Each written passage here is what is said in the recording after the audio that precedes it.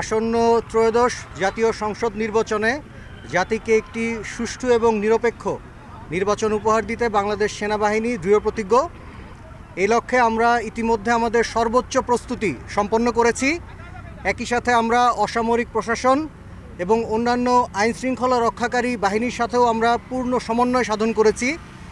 ইনশাল্লাহ আমরা আশা করছি আগামী 12 তারিখ ভোটাররা নির্ভয়ে এবং স্বতঃস্ফূর্তভাবে নিজ নিজ ভোটাধিকার প্রয়োগ করতে পারবেন এবং পছন্দের প্রার্থীদেরকে বিজয়ী করতে পারবেন। বাংলাদেশ সেনাবাহিনী পূর্বেও আপনাদের সাথে ছিল, আছে এবং ভবিষ্যতেও থাকবে ইনশাল্লাহ।